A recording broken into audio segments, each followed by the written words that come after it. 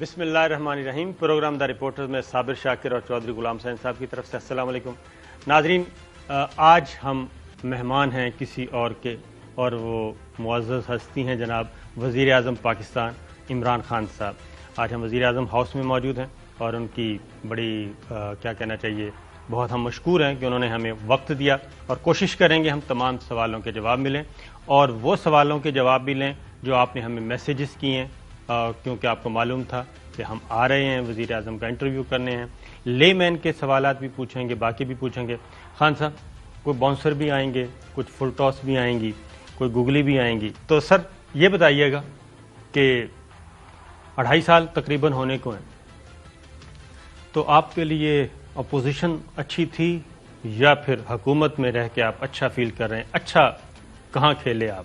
26 مہینے ہو گئے. جی ہاں. دیکھیں صابر، اپوزیشن کا تو مقصد ہوتا ہے کہ ایک دن آپ لوگوں کو اپنے منشور، اپنے نظریے کے اوپر کھڑا کر کے اور پھر ان کی ووٹ لے کے اقتدار میں آئیں. اور اقتدار میں آنے کا مقصد یہ ہوتا ہے کہ آپ پھر اقتدار میں آ کے اپنے منشور کو امپلیمنٹ کریں، ایک نظریے کو امپلیمنٹ کریں. اور جو آپ کی وفاداری ہو وہ اقتدار کے لیے نہ ہو، وہ اپنے منشور کے لیے ہو. اس کا مطلب یہ ہے کہ اگر آپ کو اپنا اقتدار چھوڑنا پڑے اپنے نظریے کے لیے تو آپ کو چھوڑ دینا چاہیے. یہ ہے یہاں ہمارے ملک کا مسئلہ کیا رہا ہے کہ اقتدار میں اس لیے کوئی بڑے جو بھی وعدے کیے جاتے ہیں وہ ان وعدوں کے لیے نہیں آتے. وہ اقتدار میں آتے ہیں اپنی فیکٹریاں بنانے، لنڈن میں فلیٹس لینے، پیسہ بنانا، اپنے رشتہ داروں کو نوازنا، سارے ٹبر کو اندر لے آنا، اپنے بچوں کو تیار کرنا باریوں کے لیے. یہ وجہ ہے. اگر آج میرے سے پوچھیں کہ اللہ نے جس ملک کو ہر قسم کی نعمت دی ہو، وہ اگر آج اس حالت میں ہے کہ ایک مقروض کر کے اس کو چھوڑا ہوا ہے، ہم اپنے بچوں کو، ہمارے پاس پیسہ نہیں ہے بچوں کو پڑھانے کا، ہسپتال بنانے کا، صاف پانی پینے، اس کی وجہ یہ ہے کہ ہم ان ملکوں میں سے ہیں جن کو کہتے ہیں ڈیولپنگ ورلڈ، جس میں افریقہ میں بڑے ملک ہیں، ایشیا میں ملک ہیں، جن کے ملکوں کی بدقسمتی یہ ہوئی کہ ان کے صاحب اقتدار وہ لوگ آئے، انہوں نے بجائے لوگوں کے نام پہ آئے اور خود مال بنانا شروع کر دیا. اور وہاں بھی بالکل یہی پیٹرن ہے. انہوں نے بھی اپنے بچے تیار کیے، انہوں نے بھی پیسہ چوری کر کے باہر بھیجا.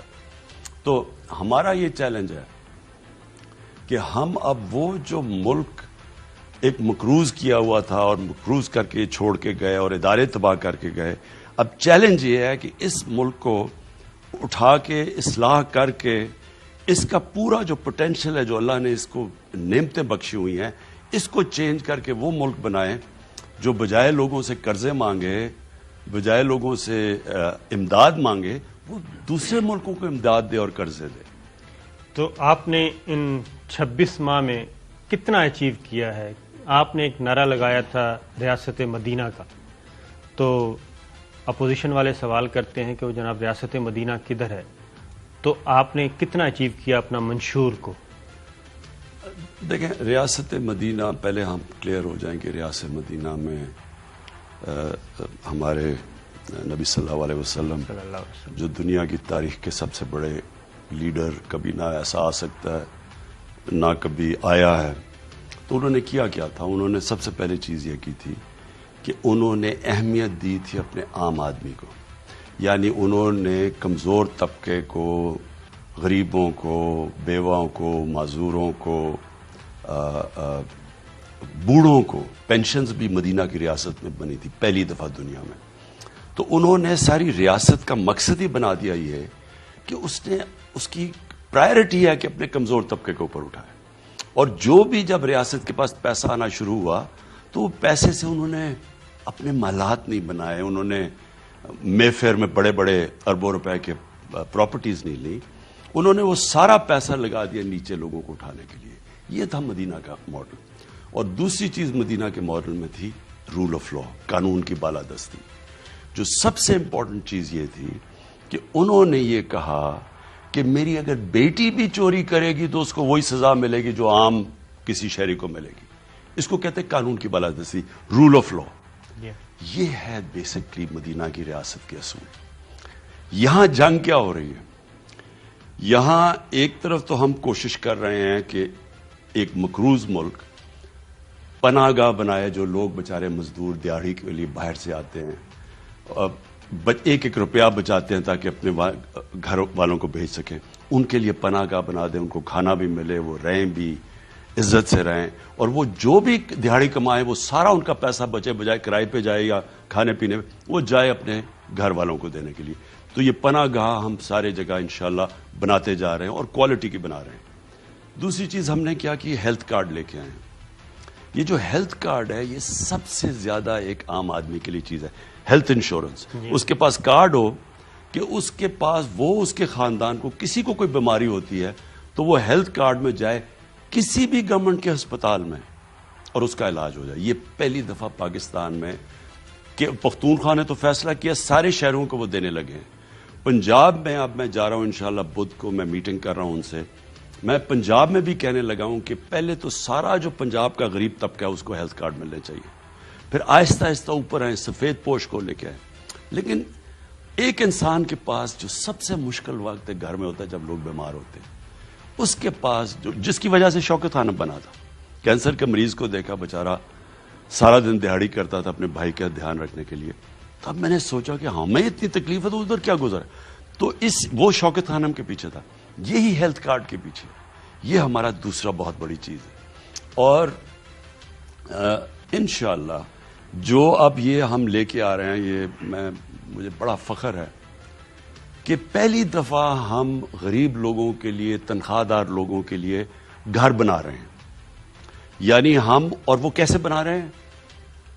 وہ ایسے کر رہے ہیں، یہ نیا پاکستان ہاؤسنگ اسکیم، نیا، اچھا وہ ہے کیا اسکیم؟ وہ ہے یہ کہ پہلے تو حکومت، پہلے جو 1 لاکھ گھر بنیں گے نا نئے پاکستان کے نیچے، ہر گھر کے اوپر 3 لاکھ روپیہ حکومت دے گی ایک آدمی کو گھر بنانے کے لیے، ایک انسان کو گھر بنانے کے لیے۔ دوسری چیز 5% انٹرسٹ کے اوپر، بینکوں کو کہہ رہے ہیں کہ جتنا مرضی انٹرسٹ بڑھ بھی جائے، 5% انٹرسٹ پہ ایک عام تنخواہ دار، ایک مزدور اپنا گھر کی قسطیں دے سکتا ہے۔ 3 سال تک 5%، نہیں 5 سال تک 5%، اور اگر انٹرسٹ اوپر نہ گیا، اگر تو گیا تو پھر 7% پر کیپ ہو جائے گا، اس سے اوپر نہیں جائے گا، اور اگر نہ گیا تو پھر کم بھی ہو سکتا ہے۔ اس سے کیا ہوگا؟ وہ لوگ جو کرائے کے گھروں میں رہتے ہیں، وہ بجائے کرائے کے گھروں میں رہنے میں وہی کرایہ وہ قسطوں میں چلا جائے گا اور ان کو اپنا گھر بھی مل جائے گا۔ یہ ایک انقلاب ہے، اور اس کے لیے ہم نے بڑی کوشش کی، اور اللہ کا کرم ہے۔ میں اپنی چیف جسٹس کا خاص شکریہ ادا کرتا ہوں۔ ایک قانون بنانا تھا، فور کلوجر لا، وہ کل پاس ہوا ہے۔ 2 سال ہم کوشش کرتے رہے، کل پاس ہوا۔ اس سے کیا ہوگا؟ اس سے یہ ہوگا کہ بینک پھر پیسہ دینا شروع کریں گے۔ اس وقت مثلا ہندوستان میں 10% لوگوں کے پاس یہ جو گھروں کے لیے پیسے لیتے ہیں بینکوں سے، 10% ہے۔ امریکہ میں 80% ہے، ملیشیا میں 30% ہے home finance loan, home finance. Pakistan میں 0.2% ہے۔ تو اب یہ اس سے پیسے ملنے شروع ہو جائیں گے، تو ہر آدمی دیکھیں نا، لوگ ترستے ہیں کہ ہمارے سر پہ ایک اپنا گھر ہو، تو یہ اب موقع ملے گا انشاءاللہ۔ وہ طبقہ جو کبھی کیش نہیں تھا وہ اب اپنے گھر بنانے شروع ہو جائیں گے۔ تو پہلے تو میں یہ کہنا چاہتا ہوں نا جی کہ یہ جو ہے، یہ اب پوری سٹرگل ہے، پورا احساس کا پروگرام ہے۔ سستے قرضے دے رہے ہیں، گاؤں کے اندر عورتوں کے لیے ہم مویشی وغیرہ دے رہے ہیں تاکہ اپنی، تو وہ پورا ایک پروگرام ہے احساس کا۔ جو جدھر جنگ ہو رہی ہے اس وقت، غلام حسین صاحب، جدھر جنگ ہو رہی ہے وہ یہ ہے کہ وہ لوگ جو اس ملک میں طاقتور ہیں، جنہوں نے 30 سال میں ہمارے سامنے جو سائیکلوں پہ تھے، آج لینڈ کروزرز پہ ہیں، محلات ہیں، اربوں پتی ہیں۔ اب جنگ یہ چل رہی ہے کہ یہ کہہ رہے ہیں کہ جناب ہم قانون سے اوپر ہیں، قانون ہے تو کمیوں کے لیے، غریبوں کے لیے، وہ ان کو بشک آپ جیلوں میں ڈال دیں۔ ہم جو مرضی کریں اس ملک میں، ہم جتنی مرضی چوری کریں، ہمارے جو مرضی آپ باہر، ہمیں آپ نہیں ہاتھ لگا سکتے، کیونکہ ہمیں کوئی خاص مخلوق اتری ہوئی ہے، وہ فلائی مخلوق جو ہے، ہم وہ لوگ ہیں جن کو پاکستان کا قانون ہاتھ نہیں لگا سکتا۔ اگر سپریم کورٹ بھی فیصلہ کرے، 5 ممبر بینچ پوری JIT بنا کے بھی فیصلہ کرے کہ آپ نے چوری کی ہے، اس ملک کا پیسہ چوری کر کے باہر لے کے گئے۔ ایک مفرور ہے خان صاحب، ایک مفرور ہے، بھگوڑا ہے، سزا یافتہ ہے، عدالتوں کو مطلوب ہے، اشتہار چھپ رہے ہیں، نواز شریف صاحب آپ کب واپس لا سکتے ہیں ان کو؟ نہیں، ایک نہیں ہے، فائنانس منسٹر ان کا بھاگا ہوا ہے یہاں سے. اچھا مزیدار چیز ہے، سارے یہ جب منہ کھولتے ہیں عمران خان کی تعریفیں کرتے ہیں، مجھے ان کو کوئی ضرورت نہیں ہے میری تعریف اتنی زیادہ کرنے کی، لیکن میرے سوال میں ان سے بار بار پوچھتا ہوں کہ یہ بھاگے، میں تو تب پاور میں نہیں تھا جب سارے بھاگے ہیں. سلمان شہباز میری کون بات تعریف کر رہے ہیں؟ یہ جو سارے اکٹھے مل کے ہر روز کنٹینر پہ چل کے میری قوالی تعریفیں جڑی ہو کرتے رہی ہیں. ویسے آپ کو سیریسلی ایک بتاؤں کہ اگر یہ میری تعریف کرے نا تو میں اپنی توہین سمجھوں گا. ان لوگوں سے تعریف کرنا مطلب کہ میں نے بھی کوئی جرم کیے ہوئے ہیں. یہ وہ لوگ ہیں جنہوں نے اس ملک کو ادھر پہنچایا جدھر میں نے تو 30 سال اس عمر کا فائدہ یہ ہوتا ہے کہ میں نے تو ان سب کو، میں تو جانتا تھا جب یہ شہباز اور نواز پھل کے ٹوکرے ڈی سیز کے گھر کے کمرے کے باہر کھڑے ہوتے تھے رشوت دینے کے لیے، تو تب سے شروع ہوئے نا. پھر سریا لگایا وہ جنرل جالینی کے گھر پہ، میں تو تب سے جانتا ہوں ان کو، سب کو جانتا ہوں. یہ کیا تھے، یہ کیا بن گئے. ان کا 1 پوائنٹ ایجنڈا ہے سب کا کہ کسی طرح عمران خان کے اوپر اتنا پریشر ڈالو کہ یہ ہماری چوری چھوڑ دے، ہمیں قانون کے اوپر کر دے. یعنی ہم باقیوں کے لیے قانون ہے لیکن ہمیں نہ ہاتھ لگائے. یہ ان کا ہے سارا، یہ جو سارا 2 سال کا شور. اور میں نے، آپ میری ساری سٹیٹمنٹس پڑھ لیں، میں نے 10 سال پہلے کہا تھا کہ یہ اکٹھے ہوں گے ایک دن، جب یہ نورا کشتی کھول رہے تھے. میں نے جیسی میں نے ایڈریس کیا پاکستان، جب میں پرائم منسٹر بنا، میں نے قوم کو کہا کہ یہ سب اکٹھے ہو جائیں گے، کیونکہ ان کا صرف 1 پوائنٹ ایجنڈا ہے کہ جس طرح مشرف نے NRO دیا تھا دونوں کو اور ملک کا بیڑا غرق کیا تھا، میں بھی پریشر میں آ کے، کیونکہ میں بھی سمجھوں گا میری کرسی اتنی زیادہ ہے کہ جب میں اپنی کرسی بچانے کے لیے ان کو دے دوں گا. یہ ان کی ساری بلیک میل کی کوشش ہے. پہلے دن سے ان کو کوئی فکر نہیں ہے کہ ملک کی اکانومی کیا حال ہے، فیٹف کا کیا حال ہے. تو واپسی کے کتنے چانسز ہیں سر؟ میرے سے پہلے اسحاق ڈار بھاگا، جی ہاں، اس وقت ملک کے پرائم منسٹر اس کو بگایا. یہ اس کے شہباز شریف کا ایک بیٹا بھاگا، پھر وہ داماد بھی بھاگا باہر. نواز شریف کے دونوں بیٹے باہر بیٹھے ہوئے ہیں. کوئی پوچھے کہ نواز شریف اب یہ باہر بھاگ گیا، اس سے پوچھے کہ اس کے بیٹے کیوں باہر بھاگے ہوئے ہیں. وہ کہتے جی ہم برطانیہ شہری ہیں. وہ اس لیے باہر بھاگ گئے ہیں، اربوں روپے کی پراپرٹیز کے وہ مالک ہیں لنڈن میں. میں لنڈن کو جانتا ہوں، میں نے لنڈن میں بڑا ٹائم گزارا ہے، میرا فلیٹ تھا لنڈن میں، مجھے پراپرٹیز کا پتہ ہے. لنڈن کے سب سے مہنگی جگہ کے اوپر ان کے محلات ہیں. تو وہ کیوں بھاگے ہوئے ہیں؟ کیونکہ ان کو پتہ ہے کہ یہ جواب دے ہی نہیں سکتے پیسہ کدھر سے آیا. پیسہ تو یہاں سے چوری کر کے آیا. وہ جو لنڈن کے یہ جو مریم بولتی ہیں کہ جناب بڑا ظلم ہو گیا، برٹش ورجن آئیلینڈ کی ڈاکیومنٹ ہے. پیناما پیپرز میں کیا انکشاف ہوا تھا؟ پیناما پیپر میں یہ انکشاف ہوا تھا کہ یہ جو ان کے لنڈن کے اربوں روپے کی پراپرٹیز ہیں، ان کی جو مالکہ ہے، بینیفیشل اونر ہے، وہ مریم ہے. تو وہ اس کے جواب دینے نہیں ہیں، باہر بھاگے ہوئے سارے. اور بس جناب یہ ہمارے پاس سازش ہو گئی، ہمارے پاس یہ ہو گیا. یہ جناب پہلے تو خیر میرے پیچھے پڑے ہوئے تھے، اب فوج کے پیچھے پڑے ہوئے ہیں. وہ تو کہتے ہیں کہ ان کی پراپرٹی نہیں ہے، کہیں بھی نہیں ہے. لندن میں کیا، پاکستان میں بھی کوئی نہیں. مریم بی بی کہتی تھی جب وہ یہ سٹیٹمنٹ دے رہی تھی ٹی وی کے اوپر کہ لنڈن چھوڑو میری پاکستان میں بھی پراپرٹیز نہیں ہیں، تب برٹش ورجن آئیلینڈز کی جو وہاں کی اتھارٹی ہے اس نے بائی لیٹر کنفرم کیا ہے کہ یہ چاروں لنڈن کے اربوں روپے کے فلیٹ ان کی بینیفیشل مالکہ، بینیفیشل اونر کا مطلب کہ وہ کمپنیز جو 2 کے نام پہ لیے ان کی مالکہ مریم نواز ہے. تو اس کا تو کبھی جواب دیا ہی نہیں انہوں نے، نہ یہ عدالتوں کی رسپیکٹ کر دی. سارا گیم کیا چل رہی ہے؟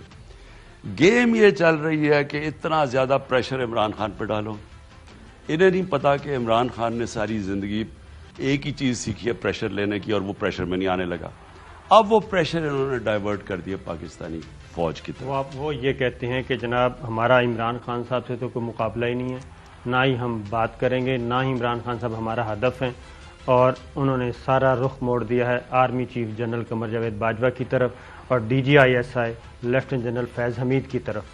تو وہ کہتے ہیں ہم نے تو ان کو ہٹانا ہے، ان کو فارغ کرنا ہے. پہلے یہ پیچھے کہانی کیا ہے؟